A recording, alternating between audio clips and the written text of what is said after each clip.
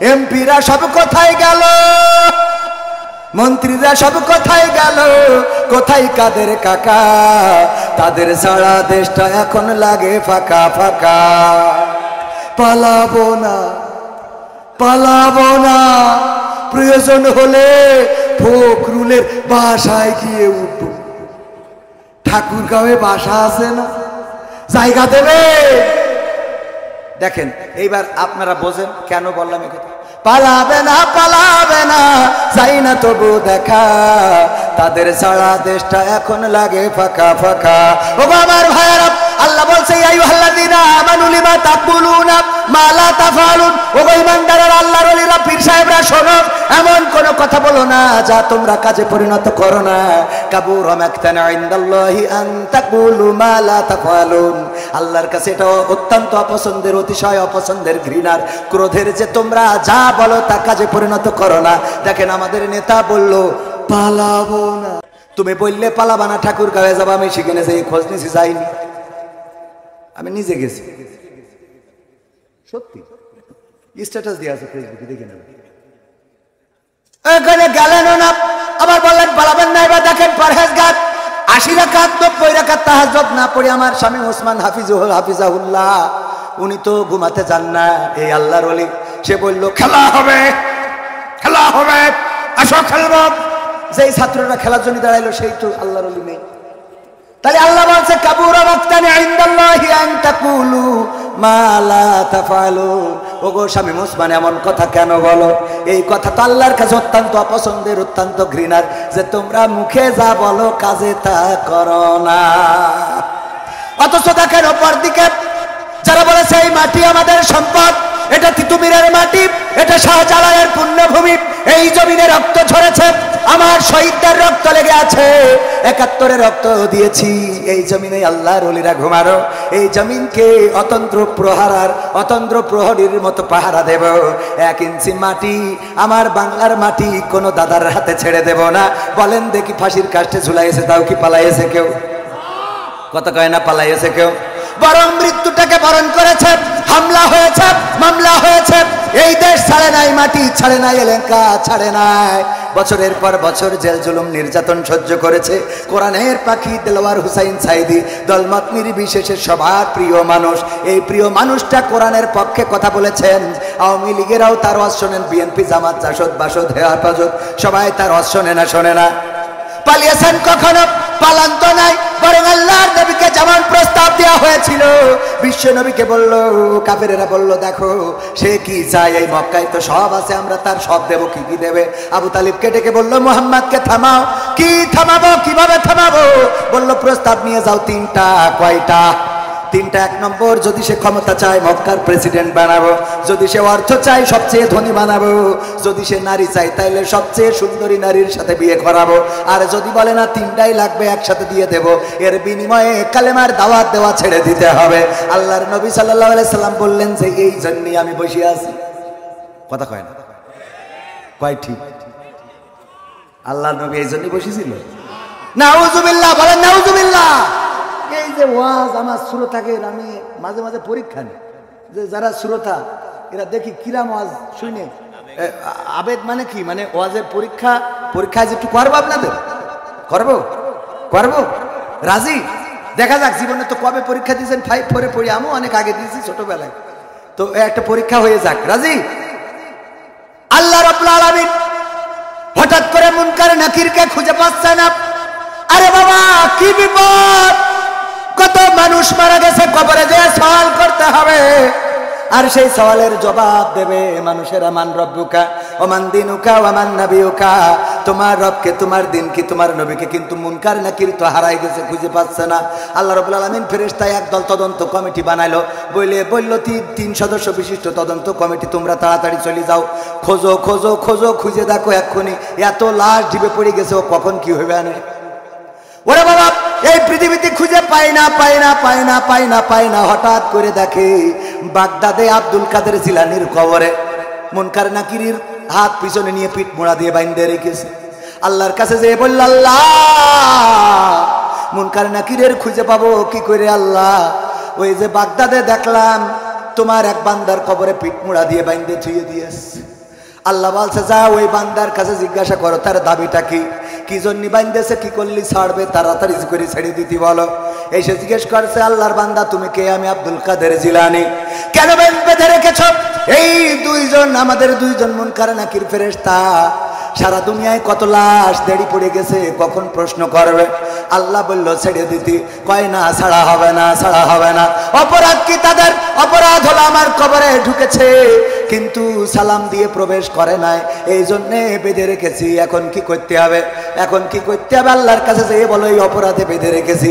আল্লাহর কাছে যেয়ে ফেরেশতারা বলেছে আল্লাহ আব্দুল কাদের জিলানী সালাম দেয় নাই অপরাধে, তাদের হাত পিছনে দিয়ে হাত করা, ওই যে হাত মুড়া দিয়ে একেবারে কায়দা করে বেঁধে রেখেছে, ছাড়বে না। বলছে যাও যে প্রস্তাব দাও যে আর কি করলে ছাড়বে, সে কি চায়, তার দাবি দাবা কি, দাবি মেনে নেওয়া হবে। তখন আব্দুল কাদের জিলানীর কাছে এসে ফেরেশতারা বলতেছে ও আব্দুল কাদের জিলানী, আল্লাহ পাঠিয়েছে, কোন দাবি আছে আপনার, সেই দাবি আল্লাহ পূরণ করে দেবে। তখন আব্দুল কাদের জিলানী বলতেছে দেখো আল্লাহরে যেয়ে বলো, আল্লাহরে যেয়ে বলো আল্লাহ জানো এই বাগদাদে যত কবরবাসী আছে সব কবরবাসী গুলোকে আল্লাহ চিরজীবনের মতো কবরের আযাব মাফ করে দেয়। এই কথা যখন ফেরেশতারা যেয়ে বলেছে ওগো আল্লাহ আব্দুল কাদের জিলানী গোটা বাগদাদে যত কবরবাসী আছে সব কবরকে ক্ষমা করে দিতে বলেছে, আর কোনো কবরে আযাব দেয়া যাবে না। তখন আল্লাহ রাব্বুল আলামিন আব্দুল কাদের জিলানীকে ডাক দিয়ে বললেন ওগো আব্দুল কাদের জিলানী শোনো, তুমি আজকে আমারে যে বিপদে ফেলেছো আব্দুল কাদের জিলানী, আজকে তুমি আমারে ছোট্ট একটা শাস্তি দিয়েছো, একদম নরমালে ছেড়ে দিয়েছো। অথচ তুমি যদি বাগদাদ না বলে, তুমি যদি বলতে মাশরিক থেকে মাগরিব পর্যন্ত যত মানুষ এই পৃথিবীতে চিরজনমের মতো বিদায় নিয়েছে আর কিয়ামত পর্যন্ত যারা বিদায় নিয়ে চলে যাবে তাদের ক্ষমা করে দাও, আমি আল্লাহ বাধ্য হয়ে গেছিলাম ক্ষমা করার জন্য, তবে তুমি শুধু বাগদাদের মানুষের ক্ষমা চেয়েছো, আমি আল্লাহ ক্ষমা করে দিলাম। বলেন সুবহানাল্লাহ। সুবহানাল্লাহ বলেছেন কয়জন? হাত তোলেন। নারায়ে তাকবীর। বলেননি কয়জন? নারায়ে তাকবীর। এবার আপনারা বলেন কারা ফেল কারা পাস? এই ফেরেশতার বান্দার মতো শক্তি, হ্যাঁ?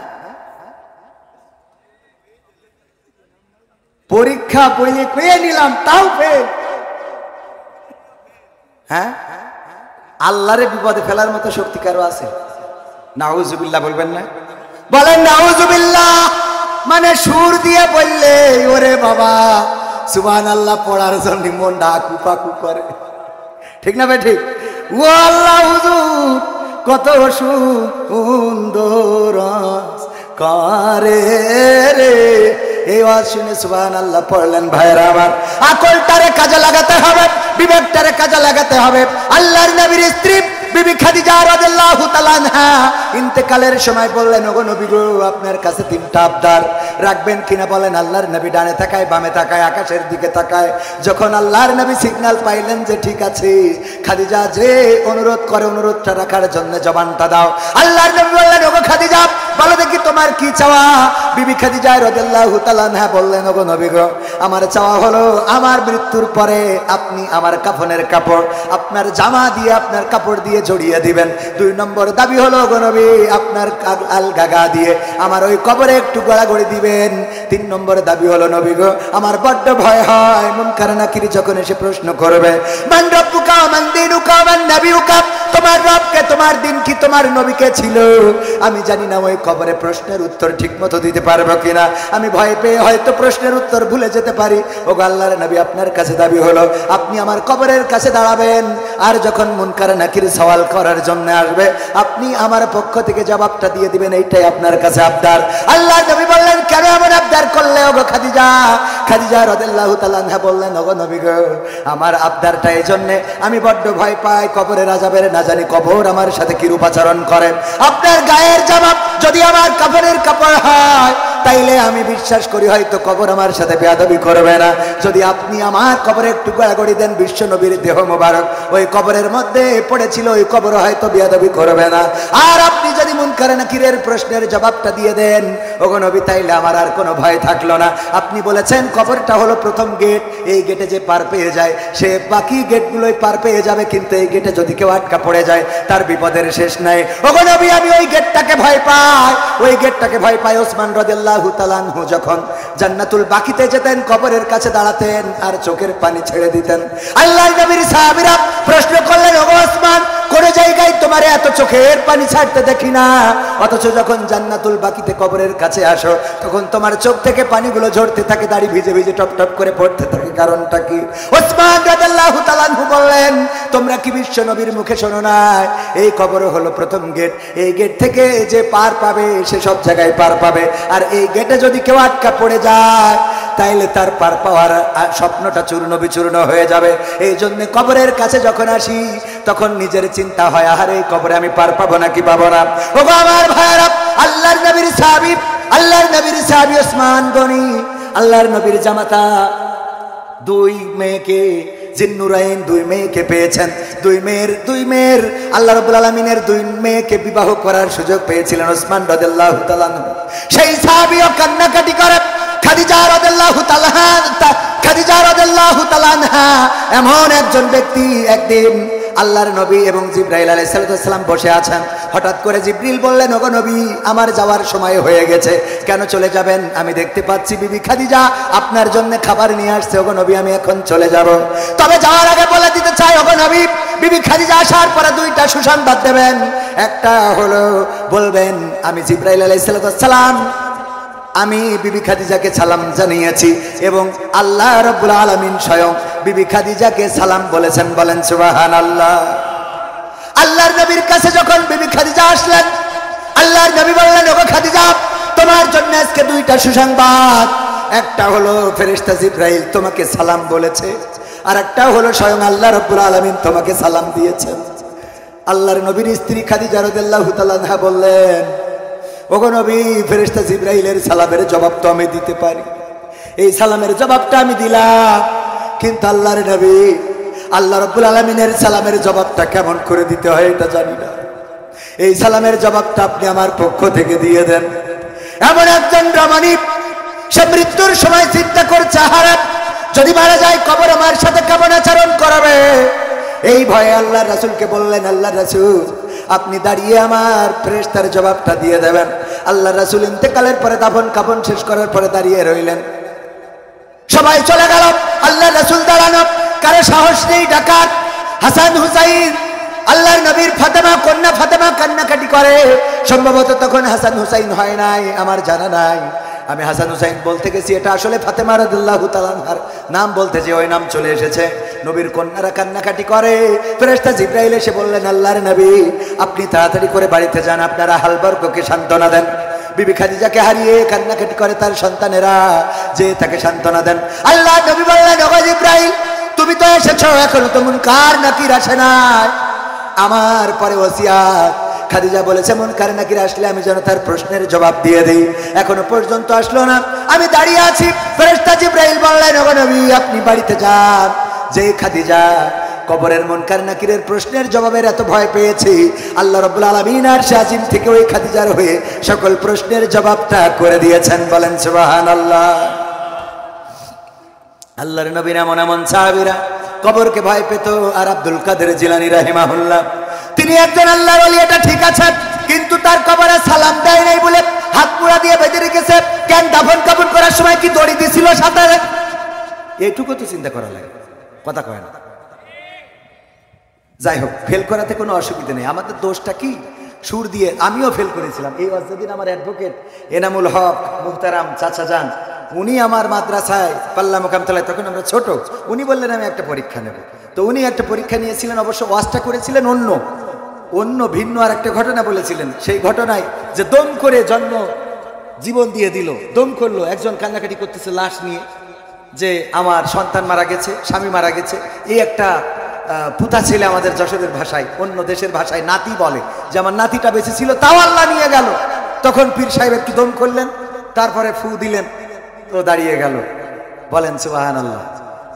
হ্যাঁ, তাও সুবহানাল্লাহ বলেছি। আমরা ওই দিন সুবহানাল্লাহ বলেছিলাম, এর জন্য ফেল করেছিলাম। আমরা ওয়াজ শুনবো, কিন্তু বুঝে শুনে হাত উঁচু করবো, মনে থাকবে? সুবহানাল্লাহ আলহামদুলিল্লাহ কোন জায়গায় বলতে হয় এগুলো যদি না বুঝি, ওই যে উদাহরণ দিতে যে মাঝে মাঝে প্রায়ই বলি এখন যে টাকা কালেকশন করতেছে, দত্তপাড়ায় বলেছিলাম যে 50,000 টাকা দেওয়ার মতো কেউ কি আছেন? কেউ কথা বলে না। হুজুর সুদ দিয়ে দিয়ে বলার একজন তো জিম আছে। হুজুর বলছে 50,000 টাকা দেওয়ার মতো কোন আল্লাহর ওলি আছেন নাকি? আমি দোয়া করে দেব। বলেন হাত উঁচু করেন। কেউ হাত উঁচু করে না, দোয়া করব বাপ দাদা দাদা দাদি নানা নানি 14 গোষ্ঠী যেন জান্নাতে থাকে। কেউ হাত তোলে না, তোলে না, তোলে না। এবার হুজুরির হয়ে গেছে রাগ, সুর দিয়ে বাদ দিয়ে এবার চিল্লাইনো শুরু করে দিয়েছে। 50,000 টাকা দেওয়ার মতো এই ধোপা খোলায় একজনও নাই, হাত উঁচু করেন। মানে ঘুমেতে উঠে হাত উঁচু করেন শুনে, ধমক শুনে হাত উঁচু করে বসে আছে। বলছে নাম কি? ওবায়দুল কাদের। আল্লাহ ওবায়দুল কাদের 50,000 টাকা করলো দান, তুমি বাড়িয়ে দাও, সম্মান নিয়ে খায়াত দাও। পিতামাতা দাদা দাদি নানা নানি 14 গোষ্ঠী যারা কবরে আছে ক্ষমা করে জান্নাত দিয়ে দাও। ও তো বলছে আল্লাহ কাল বিড়ি না খালি তো হাগাও হবে না, অথচ সেইটা কিনার টাকাও নেই। 50,000 টাকা দোয়া আমি কনে রাখবো? 50,000 টাকা দোয়া করে দিলে মার খাওয়ার ভয়তে কিছু বলে নাই। পরের দিন জুম্মার দিন আমার খতিব ডাক্তার, আমার খতিব জনাব মাওলানা শফিকুর রহমান স্যার, ওনার কাছে যে বলছে হুজুর গো বিপদে তো পড়েছে, একটু ফতোয়া দিতে হবে। কি ফতোয়া? ওই যে মাহফিল হচ্ছিল ধূপ খোলায় না ধূপা খোলায়, আমি ওখানে ধূপা খোলায় ওখানে 50,000 টাকার জন্য হুজুর কালেকশন করছিল। আমি হঠাৎ করে ঘুমায় পড়িলাম, খেয়াল করিনি। হুজুর যখন বলেছে হাত উঁচু করেন, আমি উঠে পরে হাত উঁচু করেছি, কিন্তু তার আগে বলেছে 50,000 টাকা কিনা দেবেন, হাত উঁচু করেন। আগের লাইন ঘুমের মধ্যে চলে গেছে, সেই উঠে দেখি হাত উঁচু করার শব্দ। হাত উঁচু করেছি, হুজুর দোয়া করে দেশ 50,000 টাকার। এখন আমার তো বিড়ি কেনার টাকাও নেই, হুজুর এখন আমি করবোটা কি? বলছে অসুবিধে নেই, টাকা না থাকলে দেবেন, কিন্তু ওটা তো ভুল ক্রমে হয়ে গেছে। কয় সেটা তো আমিও জানি, ও হাদিস আমার পড়া আছে, কিন্তু আমার ভয় হইলো হুজুর দোয়া করেছে আল্লাহ ওর মা বাপ দাদা দাদি নানা নানি 14 গোষ্ঠী যারা জান্নাত, যারা কবরে আছে আল্লাহ জান্নাত দাও। এখন টাকা যদি না দিতে পারি তাহলে ওদের কি আবার ফিরে এনে জাহান্নামে রাখবে? ওদের কি আবার ফিরে এনে জাহান্নামে রাখবে কিনা? হাত উঁচু বুঝে শুনে করার দরকার আছে না নাই? কোরআনের আলোচনায় ফিরে আসি। মনে কি আছে? আল্লাহ বললেন কাবুরা মাকতান ইনদাল্লাহি আন তাকুলু মা লা তাফআলুন। আলোচনার বিষয় এটা কোনো রাজনীতির কথা না, এই আয়াতের পরিপ্রেক্ষিতে আমার কথা হলো